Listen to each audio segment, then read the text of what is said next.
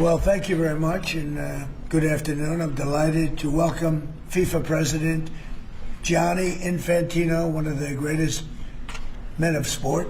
He is an amazing man. He's done an incredible job with FIFA. Thank you. Congratulations on the job. I hear you're setting records for the World Cup. Yeah. We'll talk about it, but you're setting records in ticket sales for the World Cup. And we love having you back at the White House, Johnny, and everybody that's with you. You guys have done fantastically. I also want to thank Vice President J.D. Vance. J.D., wherever you may be. Where's J.D.? Is there here somewhere? He's coming right over. Marco Rubio was doing a fantastic job, and Secretary Christine was doing a fantastic job, as well as Representative Darren LaHood. Thank you all very much. Hi, Darren. This past summer, the United States hosted the 2025 FIFA Club World Cup, and it was great. I actually went to a match, and it was amazing. That was a big success, too, wasn't it? It was sort of like a preview of what's to come. And now we're getting ready for an even bigger event next year as we host the official 2026 FIFA World Cup. That's the big one. The World Cup tournament. This will be a once-in-a-lifetime opportunity, even for our country, because frankly, this goes to countries, everybody wants it. I guess it's going all over the world. Do you know who's getting it the next time around? Who's getting it? Has that been selected? The next one will be Morocco, Spain, and Portugal. That's good. With 3 matches at the beginning in South America, Argentina, Uruguay, and Paraguay. And the one after will be Saudi Arabia in 2024. Wow, that's great. Yeah. Wow, that's great.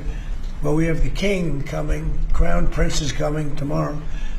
This will be a once-in-a-lifetime opportunity to showcase the greatness of American world-class athletic competition as we celebrate our nation's 250th year. The World Cup will also be an incredibly significant economic opportunity for countless American workers and businesses. It's expected to drive more than $30 billion, Johnny. I don't know about that. That sounds like a lot of money. No, it's true. Are you sure? 100%. How much does the country get out of that? 30 billion. 20%. No, do we get like a percentage of the gross or anything? It's for negotiations. That's right. And it's going to create nearly 200,000 jobs for America. Since the creation of the White House FIFA Task Force earlier this year, Secretary Rubio's team at the State Department has worked tirelessly with the Department of Homeland Security to ensure that soccer fans from all around the world are properly vetted and able to come to the United States next summer easily. Before I took office, it would often take a year to get a travel visa, but because of the administration's hard work, now in more than 80% of the world, think of that, the wait time for a visa is 60 days or less. For those who intend to join us for the World Cup, I strongly encourage you to apply right away. And I want to thank FIFA Task Force and Secretary Rubio for the great job. Marco's doing a fantastic job in many ways, too. So I want to just thank you all for a great job. Marco, you're doing a great job. Thank you. Beyond even this, we're also creating what we're calling the FIFA Prioritized Appointment Scheduling System. That's a hard one for most people to remember, but it's there nevertheless. And this will allow World Cup ticket holders with long wait times to opt with FIFA for a prioritized interview. And I've directed my administration to do everything within the power to make the 2026 World Cup an unprecedented success. I think it's going to be the greatest. And we are setting records on ticket sales. Nobody's ever really, and FIFA's never, if you look at the numbers, nobody's ever seen anything like the kind of numbers we're doing. The early ticket sales are through the roof, and much of it is even sold out. So congratulations, Johnny. And I'd like to ask Johnny to say a few words. He's really done an incredible job. He's got unbelievable spirit and personality and talent and intelligence, I always like to say, because it's all a part of it. But the job you've done is based on what's happening, unprecedented. Thank you, Johnny. Thank you. Thank you, President. Thank you very much. I would like to start really by thanking you, Mr. President, Secretary Rubio, Secretary Noam, Andrew, your entire team for approving and making this very important announcement today. The FIFA Pass is being announced, the prioritized appointment scheduling system. That's the way people will remember it. So if you have a ticket for the World Cup, you can have a prioritized appointment to get your visa, because we said it the very first time we met, Mr. President, America welcomes the world. America will welcome the world here next year. We will have between 6 and 7 million tickets sold for the matches. We will have between 5 and 10 million people coming to America from all over the world to enjoy the World Cup. And with this FIFA Pass, we can make sure that those who buy a ticket that are legitimate football fans or soccer fans, they can come and attend the World Cup in the best conditions, starting from getting their visa and then coming, of course, in the country to enjoy. You mentioned the economic impact, the 30 billion, 200,000 jobs, and this is just for the World Cup, and we will build on that to make soccer even greater here. You are the #1 country in the world, the United States of America, Mr. President. You have to be the #1 country as well in the #1 sport in the world. So we have to work for that, and we will do that, and the World Cup will be very, very significant in this respect. So big thank you to you, to the White House Task Force, to everyone involved, and we are celebrating next year not just the 250 years, but also the greatest and most inclusive World Cup ever. We'll have 6 billion people watching. We have the draw coming up on the 5th of December here at the Kennedy Center in Washington, D.C. 1 billion people watching the draw to find out who plays whom and where. We have 32 teams already qualified. Before or by tomorrow night, we'll have 42 out of 48 qualified. So a quarter of the world will be here, and we are looking very much forward. So thanks for the support, thanks for the great work, and always happy to be here at home, if I can say that. You are. We are. This is a beautiful trophy right there. Yeah. You are. And a big part of it, too.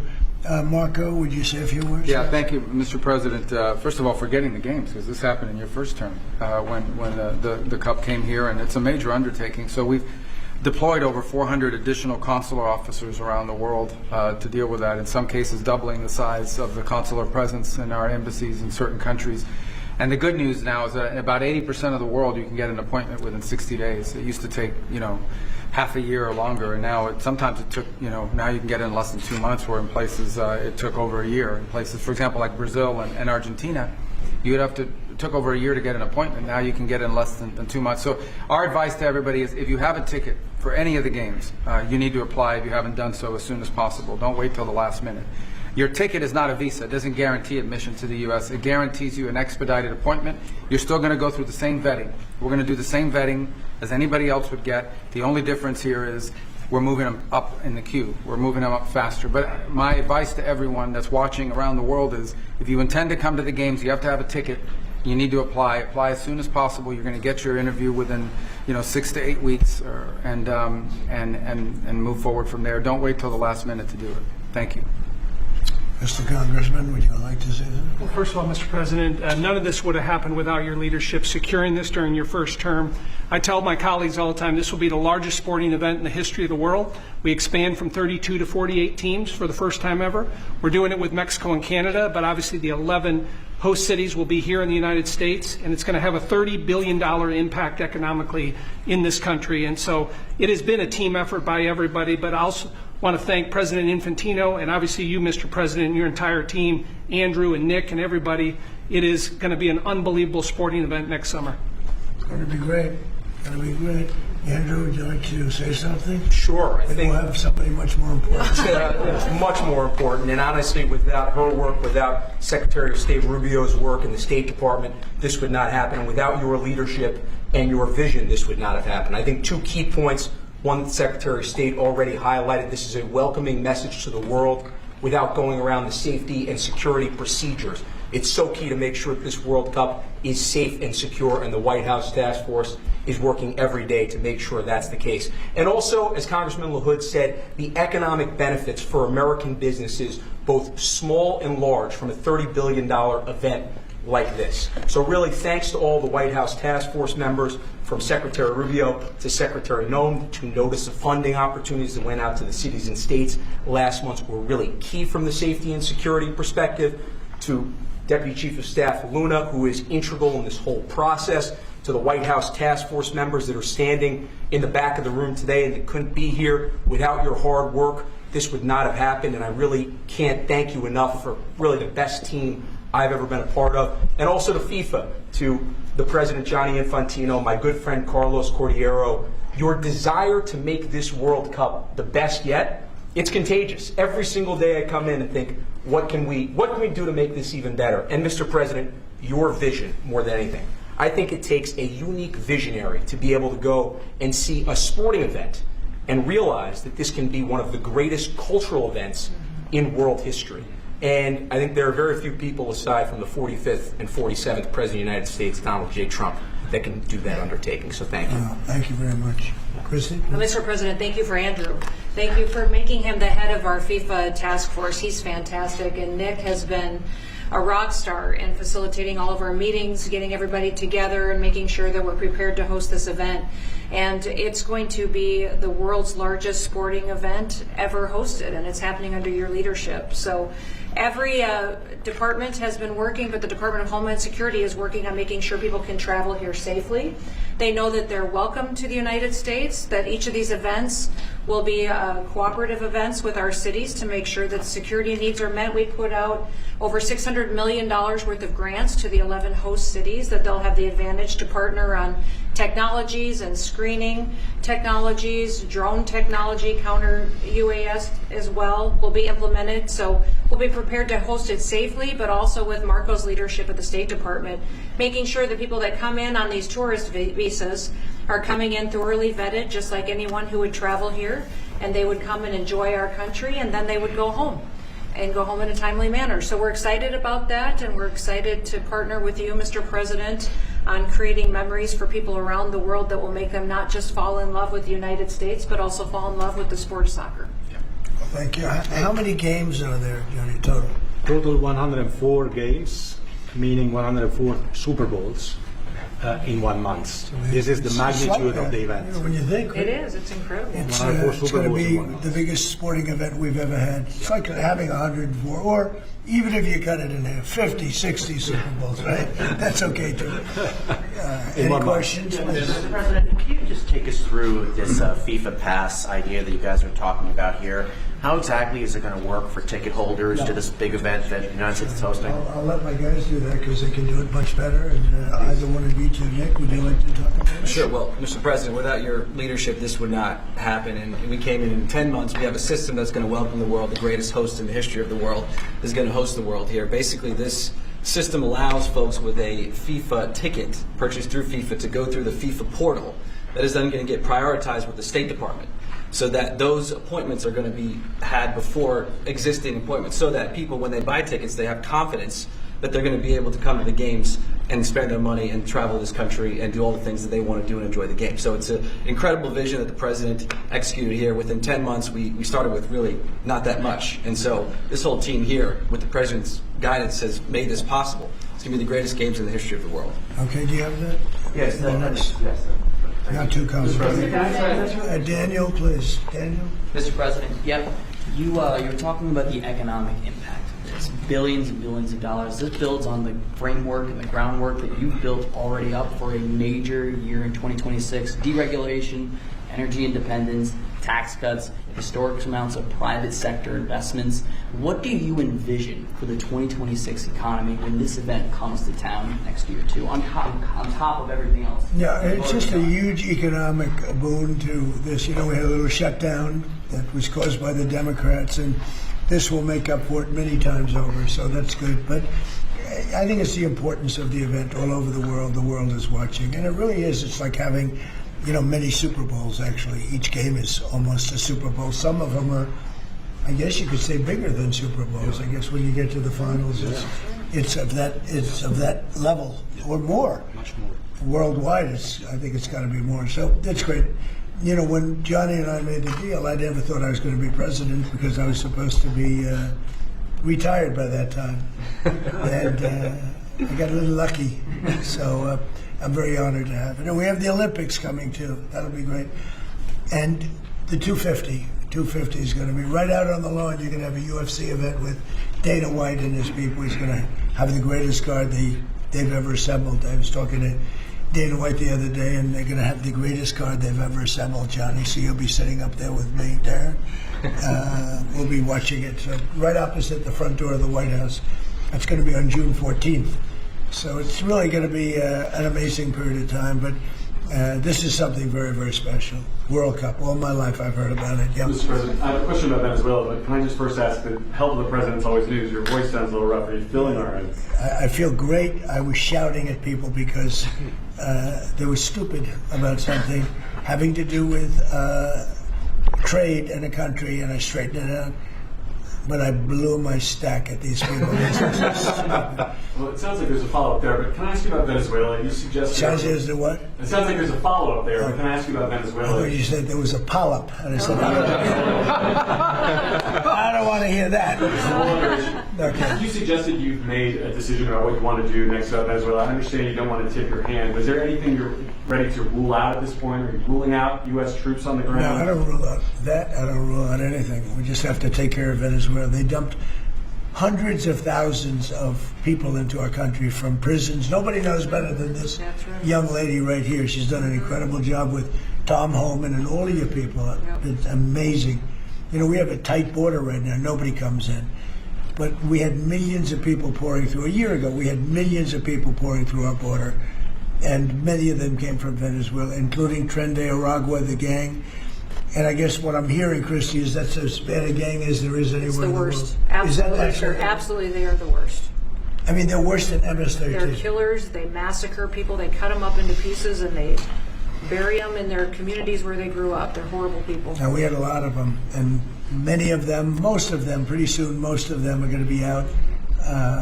But they sent them in like we're a dumping ground. So I'm not in love with the people running Venezuela. I love Venezuela. I love the people of Venezuela.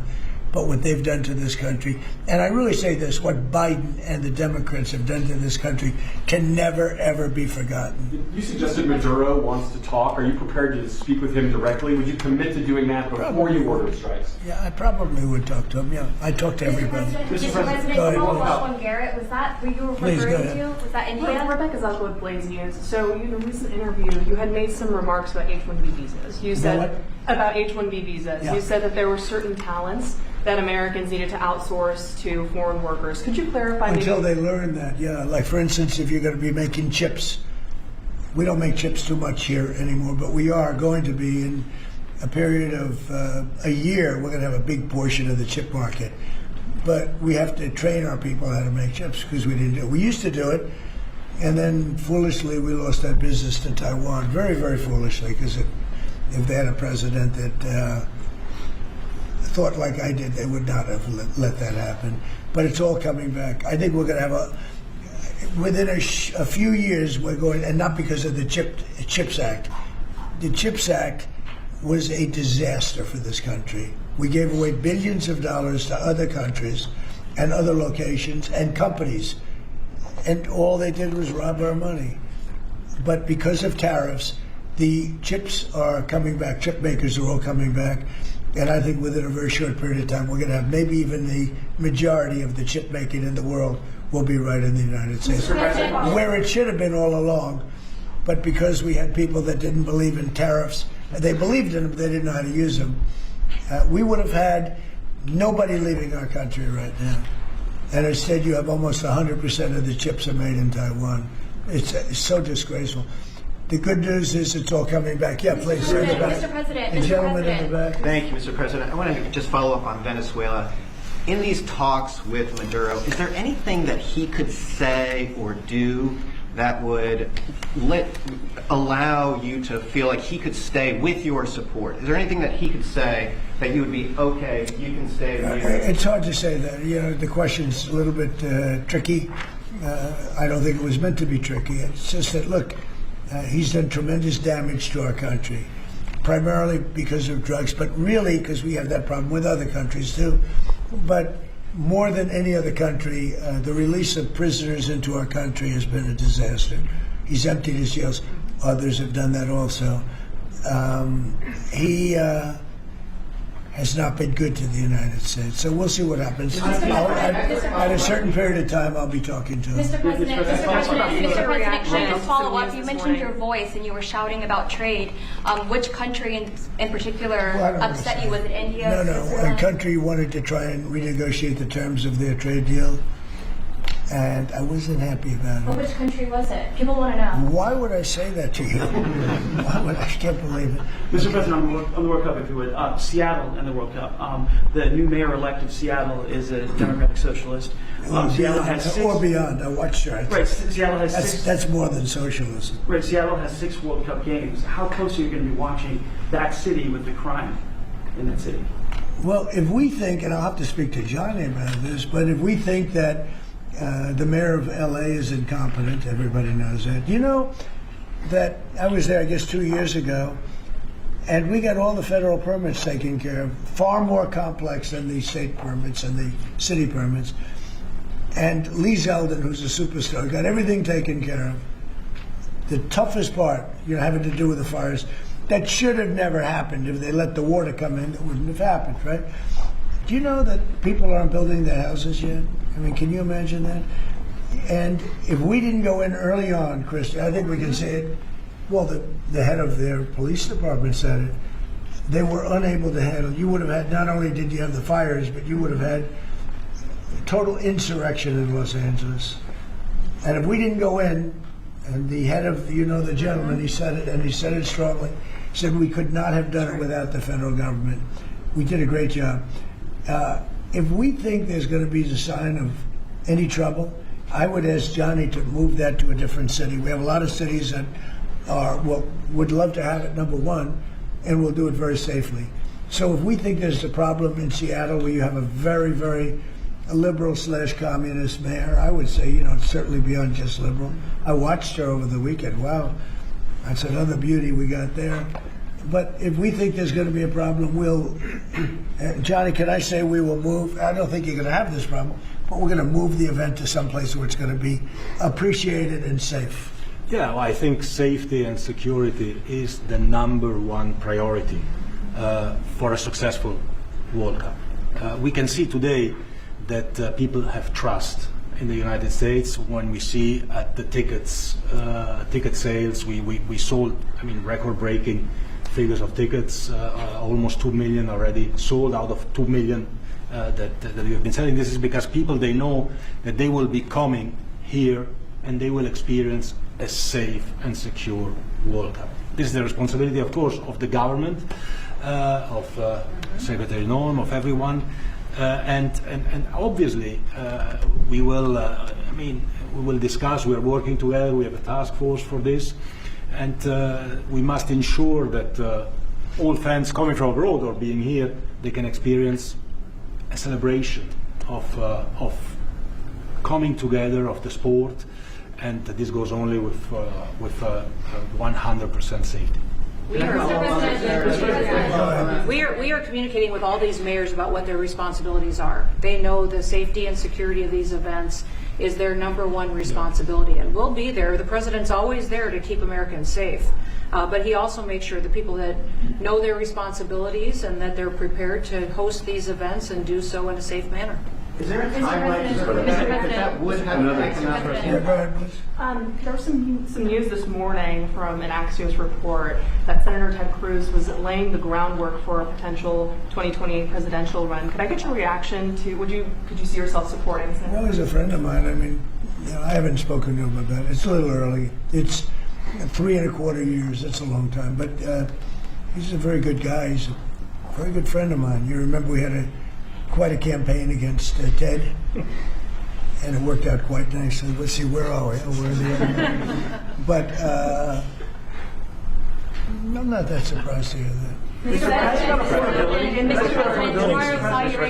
President, on the tariff exemptions, you had some recently on a variety of different goods. I'm wondering, are you ruling out going forward no more exemptions on products? You were mentioning a disagreement you had earlier. So I'm We've wondering, taken in hundreds of billions of dollars in tariff money. We're going to be issuing dividends later on, somewhere prior to, probably in the middle of next year, a little bit later than that, of thousands of dollars for individuals of moderate income, middle income. We're going to pay down debt. We have a lot of money from tariffs. If we didn't have tariffs, this nation would be in serious trouble. And we've taken in tremendous amounts of money. And you know what's more important than that? We've protected our businesses from being raided like we did with the chip business. Now we're bringing them all back. But we had 100% of the chip industry, and then they left. They went mostly to Taiwan and South Korea, but mostly Taiwan. And they have almost 100%. And we're going to have, within a short period of time, a big percentage of the chip business are coming back because of tariffs, because they don't want to pay the tariffs, because the tariffs will be very steep if they don't come back, and they've committed to come back. As you probably heard, Apple is now up to $700 billion. We have NVIDIA at $600 billion. We have tremendous amounts of money pouring in. Our country has become amazing again and really, really rich again. I will say this. We have a decision we're waiting for. It's a very big decision. The numbers that we've taken in, if you talk about investments, is trillions, not with a B, not with an M, millions, but trillions of dollars. I can't imagine having to give that money back on something that we're allowed to do. And the ones that are fighting us are countries, largely. They're back in countries that have been ripping us off for years, using tariffs to rip us off. And now we're able to defend ourselves. It really is a matter of national security, because economic security is national security. So I think you're going to see another thing happening. I think you'll see food prices. They've come down very substantially since Biden. But I think you're going to see food prices coming down very substantially. Saudi Arabia, tomorrow you're hosting Saudi Arabia. Are you planning to sell F-35s to Saudi Arabia? Yeah. I mean, and also, are you looking at doing a similar security agreement like you did with Yeah, no, I am planning on doing that. Yeah. They want to buy. They've been a great ally.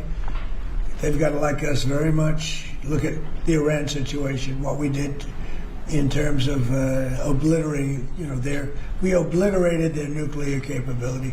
Yeah, I will say that we will be doing that. We'll be selling F-35s. Yeah. Mr. President, to clarify something that you posted on Truth Social last night. You urged House Republicans to vote in favor of this Epstein release bill they're going to vote on tomorrow. I just want to be super clear on your position. Do you want to see that pass the Senate? Would you sign that bill if it gets to your desk? I do want to. Here's what I want. We have nothing to do with Epstein. The Democrats do. All of his friends were Democrats. You look at this Reid Hoffman, you look at Larry Summers, Bill Clinton, they went to his island all the time, and many others. They're all Democrats. All I want for people to recognize the great job that I've done on pricing, on affordability, because we brought prices way down, but they're going way lower, on energy, on ending 8 wars and another one coming pretty soon, I believe. We've done a great job. And I hate to see that deflect from the great job we've done. So I'm all for it. We've already given 50,000 pages. You do know that. Unfortunately, like with the Kennedy situation, with the Martin Luther King situation, not to put Jeffrey Epstein in the same category, but no matter what we give, it's never enough. With Kennedy, we gave everything, and it wasn't enough. With Martin Luther King, we gave everything, and it's never enough. We've already given, I believe the number is 50,000 pages. 50,000 pages. And it's just a Russia hoax as it pertains to the Republicans. Now, I believe that some of the people that we mentioned are being looked at very seriously for their relationship to Jeffrey Epstein, but they were with him all the time. I wasn't at all. And we'll see what happens. What I just don't want Epstein to do is detract from the great success of the Republican Party, including the fact that the Democrats are totally blamed for the shutdown. You know, they cost our country hundreds of billions of dollars with that, at a lot of inconvenience. So I'm for any. I don't. They can do whatever they want. We'll give them everything. Sure, I would. Let the Senate look at it. Let anybody look at it. But don't talk about it too much, because honestly, I don't want to take it away from us. It's really a Democrat problem. The Democrats were Epstein's friends, all of them. And it's a hoax. The whole thing is a hoax. And I don't want to take it away from really the greatness of what the Republican Party has accomplished over the last period of time. Yeah, The administration shutdown is now over. Administration officials had said when the shutdown ends, they'll reevaluate the farmer relief. Now we have the deal with China.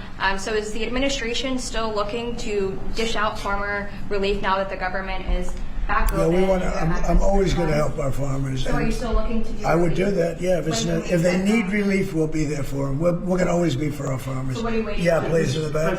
Mr. President, just speaking of the economic impacts of FIFA and possibly moving to another city, some games if you feel there's crime, is there like a timeline that you would do that? Because these cities, there's sponsorships, there's economic impacts for these communities. Sure. Is there? Well, you know, the governors are going to have to behave. The mayors are going to have to behave. You know, in the case of California, you have a problem.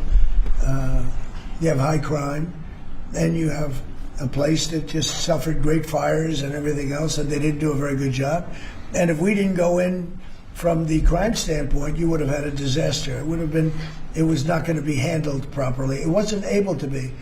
The head of the police said, without, as I said, without the federal government, they could not have done it. So here's the story.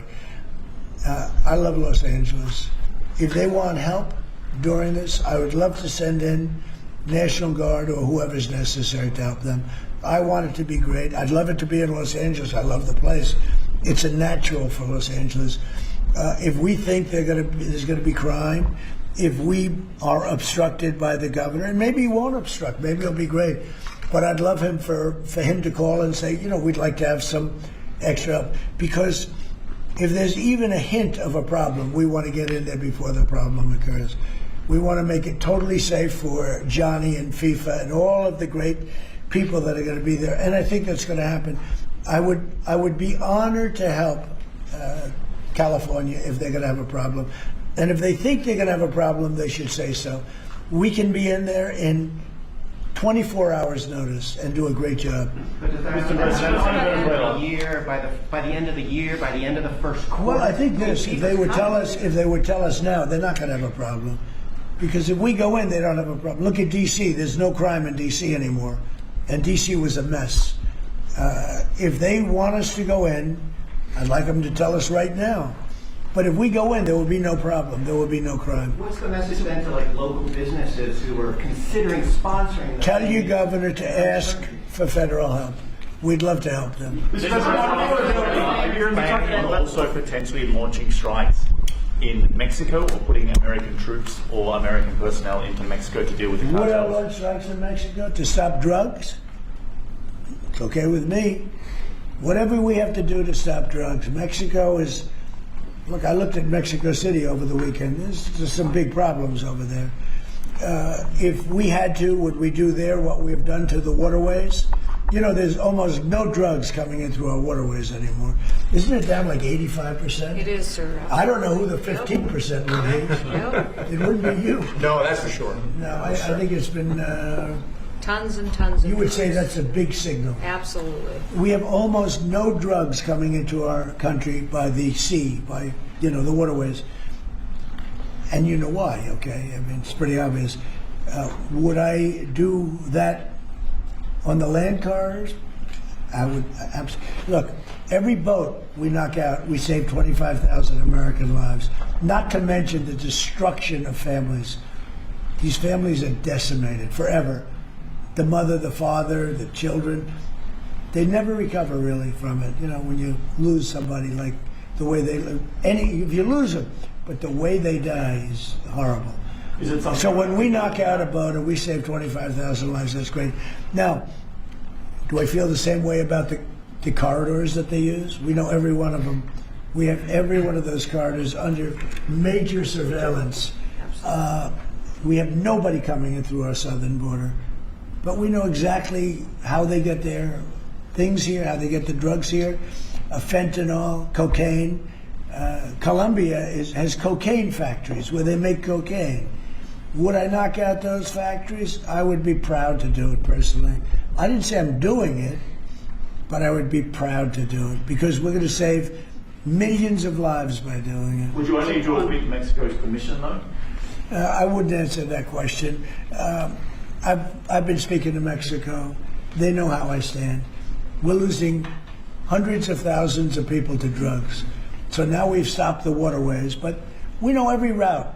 We know every route. We know the addresses of every drug lord. We know their address. We know their front door. We know everything about every one of them. They're killing our people. That's like a war. Would I do it? I'd be proud to. I'd probably go into Congress and say, hey, and you know what? The Democrats and the Republicans would both agree, unless they're crazy. And they are a little crazy on the Democrat side. But we have lost hundreds of thousands of people a year, death. And that's not talking about family destruction, that's talking about death. And much of it comes through Mexico. So let me just put it this way. I am not happy with Mexico, okay? Thank you very much, everybody. Thank you, Press. Thank you, Press. Thank you. Thanks, Harper. Thank you, guys.